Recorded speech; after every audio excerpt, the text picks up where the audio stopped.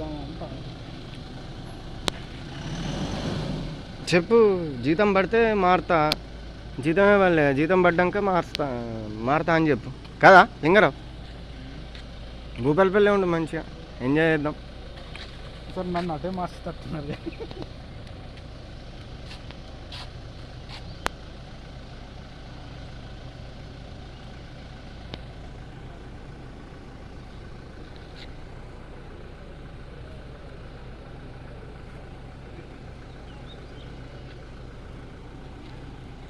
ఇవన్నీ ఒకప్పుడు రహమత్ నగర్,